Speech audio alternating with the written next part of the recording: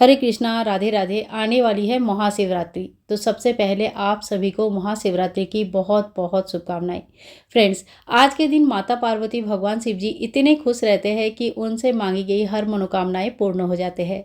तो आज की इस वीडियो में मैं कोई आपको पूजा नहीं दिखा रही हूँ, क्योंकि शिवरात्रि के कई तरीके की पूजा किया जा सकता है घर पर, और वो सभी तरह का जो पूजा होता है ना, जो जैसे हम अपनी अपनी सुविधा के हिसाब से कर सकते हैं, वो सारे चैनल पर ऑलरेडी है, तो आप ज़रूर देख लीजिएगा। और इस साल अगर कुछ देखना चाहते हैं तो ज़रूर बताइएगा, मैं वो भी अपलोड जल्दी करूँगी। तो आज के जो पूजा है इसमें देखो, मैं ये बात करूँगी कि शिवरात्रि के दिन पूरे दिन का दिनचर्या हमारा कैसे रहना चाहिए, कौन सा चीज़ हमें करनी चाहिए और कौन सा चीज़ हमें नहीं करनी चाहिए। तो चलिए शुरू करती हूँ आज का वीडियो। तो सबसे पहले तो देखिए, बड़ा त्यौहार है तो हमें एकदम सुबह सुबह उठना है। ब्रह्म मुहूर्त में हो सके तो उठ जाइए, नहीं तो जितने बजे भी नॉर्मली उठते हैं उससे थोड़े से जल्दी उठ जाइए। तो ये एक मतलब पहला पॉइंट है, आप लिख सकते हैं।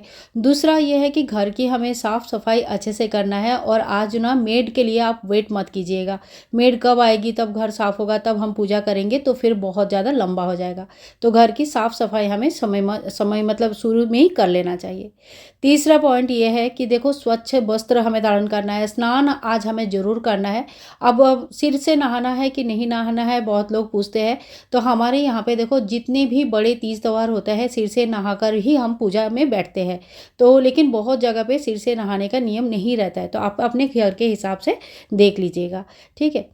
चौथा पॉइंट में आती हूँ, तो आज सूर्य नारायण को जल चढ़ाइए। एक क्वेश्चन आया था कि जो हम सरकारी नौकरी में अगर हमें आगे बढ़नी है तो क्या करना चाहिए, तो आप रेगुलर बेसिस पे सूर्य नारायण को जल चढ़ाना शुरू कर दीजिएगा, इससे बहुत फ़र्क पड़ेगा। पांचवा पॉइंट ये है कि हमें दहलीज पूजन जरूर करनी है। दहलीज को सुबह उठते ही साफ़ सफाई कर लीजिए, हल्दी युक्त पानी से थोड़ा सा साफ़ कर लीजिएगा और उसके बाद धूप दीप कर दीजिएगा। तो इतना मतलब थोड़ा बहुत पूजा तो जरूर ही कर लीजिए। अगर संभव है तो आम के या अशोक के पत्ते का बंद दरबार भी लगा सकते हैं, क्योंकि दरवाज़ा जो होता है ना, सजे हुए अच्छे दिखते हैं और इसका बहुत सारा शुभ फल हमें मिलती है, ठीक है। छठा पॉइंट पे आती हूँ, तो देखिए, मंदिर की साफ सफाई होना बहुत ज़रूरी है। शिवरात्रि आने में अभी टाइम है, इन बिटवीन जब भी आपको समय मिल जाए तो आप पूरे मंदिर का क्लीनिंग अच्छे से कर लीजिएगा। एक ही दिन में क्लीनिंग करना, उपवास भी रहता है, यानी कि फलाहारी व्रत रहता है, और बहुत लोगों का निर्जला व्रत भी रहता है। तो ऐसे में फिर पूरे मंदिर की साफ़ सफाई करना थोड़ी मुश्किल हो जाएगी। इसीलिए समय रहते ही एक दो दिन पहले मंदिर की साफ़ सफाई अच्छे से कर लीजिएगा। जो भी देव विग्रह है सभी को मंदिर को पूरा खाली कर लीजिए, पूरा क्लीन कर लीजिएगा। आसन वगैरह चेंज करना है तो कर लीजिए, और साथ ही में जो भी वस्त्र पोशाक आदि अगर नया कुछ लाए हैं तो चेंज कर लीजिएगा। तो इस तरह से मंदिर को एकदम रेडी करके रखना है, ताकि आप आराम से बैठ के पूजा कर सकते हैं, ठीक है। इसके बाद देखिए, नेक्स्ट पॉइंट पे आती हूँ, 7 नंबर पे। तो जो ड्रेसेस वगैरह हम पहनाते हैं, जैसे हमारे पास अगर लड्डू गोपाल जी, राधा रानी की सेवा है, तो उनको कुछ स्पेशल ड्रेस पहनाने का हमें मन करता है कि नहीं। तो अच्छा दिखते हैं, अच्छा लगता है, हमें भी बड़ा पॉजिटिव फील होता है। तो उनके लिए आप किस तरह का ड्रेस पहनाना चाहते हैं। बहुत लोग लड्डू गोपाल जी की, शिव जी के जैसे ड्रेसेस आते हैं, जो गोल्ड ड्रेसेस होते हैं, वो पहनाते हैं। राधा रानी को माता पार्वती जैसा स्वरूप देते हैं। तो इस तरह का अगर आपके मन में कुछ है, आप कुछ सोच के रखे हो, तो वो भी आप व्यवस्था जरूर कर लीजिएगा, क्योंकि उस दिन फिर हड़बड़ी हो जाती है, ठीक है ना। तो ड्रेसेस की व्यवस्था जरूर कर लीजिएगा। इसके बाद देखिए, 8 नंबर पॉइंट पे आती हूँ। तो हमें कोई भी घर में पूजा है, कितना भी बड़ा पूजा है, कुछ भी है, सबसे पहले मंदिर का नित्य पूजा होना जरूरी होती है। नित्य पूजा यानी कि डेली बेसिस पे आप मंदिर में जो भी पूजा करते हैं, धूप दीप करते हैं, भोग लगाते हैं, आरती करते हैं, पाठ पढ़ते हैं, तो ये सारा काम जो मंदिर में आप डेली बेसिस पे बिना तीज त्योहार का भी करते हैं, वही होता है नित्य पूजा। तो नित्य पूजा हमें जरूर करनी चाहिए। साथ ही में देखिए, अगर आपके पास लड्डू गोपाल जी है तो उनकी भी आप पूजा सेवा जरूर कर लीजिएगा। जैसे कोई कोई वस्त्र सेवा देते हैं, कोई कोई विशेष किस्म का भोग बनाते हैं। तो इस तरह से जो भी पूजा है उनका, वो भी आप कर लीजिएगा। इसके बाद आती हूँ 10 नंबर पे। तो आज के दिन भोग में क्या बनाए, तो देखिए, आपको यूट्यूब में ना बहुत बड़े बड़े थाली कैसे बनाए, ये वो बहुत सारी चीज़ें मिल जाते हैं। तो ये जो व्रत होते हैं मेनली या तो निर्जला व्रत होते हैं, या तो सिर्फ पानी पी के, पानी चाय वगैरह पीते हैं लोग, कोई खाना कोई कुछ भी नहीं खाते हैं। और कहीं कहीं फलाहारी व्रत होता है। मेनली इस व्रत को फलाहारी किया जाता है, मतलब फल वगैरह खाकर ही इस व्रत को रखा जाता है। तो ऐसे में बहुत बड़ा थाली सुबेरे बनाकर आप करेंगे क्या, तो बासी भी हो जाता है, फिर ठंडा भी हो जाता है। तो आप एक काम करना, सुबेरे के टाइम पे भगवान शिव जी को खीर बहुत पसंद है, माता अन्नपूर्णा उनको खीर बनाकर खिलाते थे। तो आप चाहे तो खीर का कोई एक अच्छा पकवान बनाकर भोग लगा दीजिए और बाकी फल का भोग लगाइए। जो भी फल आप दिन में ग्रहण करेंगे वो पहले भगवान शिव जी माता पार्वती को चढ़ाइए, उसके बाद प्रसाद स्वरूप उस फल को ग्रहण कर सकते हैं। और अगर आप निर्जला व्रत रखे हैं तो फिर कुछ ग्रहण करने का सवाल ही नहीं है। और इसके बाद आप शाम के टाइम पे जो भोग दोपहर के टाइम पे बना लीजिएगा, प्रदोष काल में पूजा कीजिए, भोग अर्पण कीजिए और उसके बाद जो है ना, पूजा के बाद बहुत लोग भोग खाकर अपनी व्रत खोल लेते हैं। और बहुत लोग पूरे रात 4 प्रहर का पूजा करते हैं और सुबेरे जो 6 बजे तक का पूजा होता है, 3 से 6 लास्ट प्रहर का, वो पूजा होने के बाद हवन करने के बाद कुछ दान दक्षिणा निकालते हैं और उसके बाद खाना खाते हैं। तो देखिए, नया नियम कुछ शुरू मत कीजिएगा, जो भी आपके मतलब इतने दिन से आप करते आ रहे हैं ना, वही नियम से आप चलिए और उसी नियम को फॉलो कीजिएगा। ठीक है। 4 पहर का पूजा कैसे होते हैं, अगर आप जानना चाहते हैं तो प्लीज़ कमेंट करके लिखिए। वैसे लास्ट टाइम मैंने अपलोड किया था और पोस्ट में मैंने शेयर करके रखा है, आप वहाँ से भी देख सकते हैं। इसके साथ ही देखिए, कथा हमें ज़रूर करनी है। कथा मतलब क्या होता है, जो डेली बेसिस पे हम पढ़ते हैं, जैसे हनुमान चालीसा पढ़ते हैं, दुर्गा चालीसा पढ़ते हैं या जो भी आप पढ़ते हैं, उसके साथ साथ भगवान शिव जी की महाशिवरात्रि की जो कहानी आती है ना, जो मतलब जो कहानी होती है, हिरण वाली जो कहानी होती है ना, बहुत ही प्यारा सा कहानी है वो। ठीक है, वो कहानी हमें पढ़नी है। अगर खुद पढ़ पाए, बच्चों को भी बैठाइए, सुनाइए, क्योंकि व्रत कथाएँ जो होते हैं ना, वो ज़रूर घर के सभी मेंबर के साथ बैठ के पढ़ना या सुनना चाहिए। तो इस तरह से सभी लोग मिलके एक साथ कथा ज़रूर कर लीजिएगा। कथा कब करेंगे, तो आप सुबेरे जब नित्य पूजा करेंगे, शिव जी को स्नान कराएंगे, उस वक्त भी कर सकते हैं या शाम को प्रदोष काल में पूजा के टाइम पे भी कर सकते हैं। अगर आप मंदिर जा रहे हैं तो मंदिर के मतलब जो मंदिर के भगवान शिव जी के सामने बैठकर वहाँ पे भी कथा कर सकते हैं। तो कथा तो आप अपने हिसाब से कहीं पर भी कर सकते हैं, कोई दिक्कत नहीं है। ठीक है। अब आती हूँ नेक्स्ट पॉइंट, 12 नंबर पॉइंट पे। तो देखिए, मंदिर के जो सभी बर्तन वगैरह है, जितने भी दिया है, ये सारी चीज़ें आप रात को ही क्लीन करके रख लीजिए, ताकि सुबेरे उठते ही आप जब पूजा करना शुरू करेंगे, क्योंकि कोई भी व्रत त्यौहार जब होता है ना, तो ये काफ़ी लंबा समय लेती है। फिर हमें हर एक छोटे छोटे बातों को अगर हमने पहले से तैयारी नहीं करके रखे हैं, तो फिर ये टाइम ले लेता है और चिड़चिड़ाहट हो जाता है, झगड़ा हो जाता है, उससे पूजा का कोई फल नहीं मिलता है। तो आपका जो भी काम है, चाहे एक दिया है तो एक दिया धो के रखें, आपके पास 10 बर्तन है तो 10 बर्तन धोकर साफ करके रखिए। ठीक है, कहने का मतलब है अपने आप को तैयार रखें। इसके बाद देखिए, 13 नंबर पॉइंट पे आती हूँ। तो आज के दिन मंदिर के सभी देवी देवता का स्नान कराना जरूरी है। अगर आप पंचामृत वगैरह दूध से स्नान कराना चाहते हैं वो भी कर सकते हैं, और अगर ज़्यादा समय नहीं है तो आप पानी में थोड़ा सा इत्र वगैरह चढ़ाकर या फूल चढ़ाकर सभी देवी देवता को शुद्ध जल से स्नान करा सकते हैं। लेकिन आज स्नान जरूर कराए, और जो फोटो वगैरह है उनको गंगा जल छिड़क के आप शुद्ध कर लीजिए। मार्बल की बड़ी मूर्ति अगर है, जैसे हमारे पास राधा कृष्ण जी है, उनका स्नान नहीं होता है तो उनको मैं गंगा जल थोड़ी सी रुमाल में लगाकर पोंछ देती हूँ। तो इस तरह से भी सेवा किया जा सकता है। ठीक है, तो सभी देवी देवता का स्नान होना जरूरी है। अच्छा, 14 नंबर पॉइंट पे आती हूँ। बहुत ही मीठा सा पॉइंट है ये, जो आपको ना आज के दिन खीर जरूर बनानी है, चाहे आप व्रत में है, उपवास में है, यानी कि निर्जला उपवास है या कुछ भी है, खीर जरूर बनाइएगा। क्यों बोल रही हूँ, बहुत जगह वैसे खीर नहीं भी बनाते हैं, लेकिन मुझे बड़ा अच्छा लगता है, क्योंकि जब भी मुझे याद आता है उस कहानी का ना, जब माँ पार्वती ने अपने हाथों से खीर बनाकर जब भगवान शिव जी को खिलाया था, तब उनका जो भूख है वो शांत हुआ था। नहीं तो पूरे गांव का खाना खाने के बाद भी भगवान शिव जी की भूख शांत करने का हिम्मत किसी पे नहीं था। तो इतनी मतलब जो पावर है ना, वो खीर में होती है। और वो खीर माँ अन्नपूर्णा खुद अपने हाथों से बनाकर भगवान शिव जी को खिलाए थे।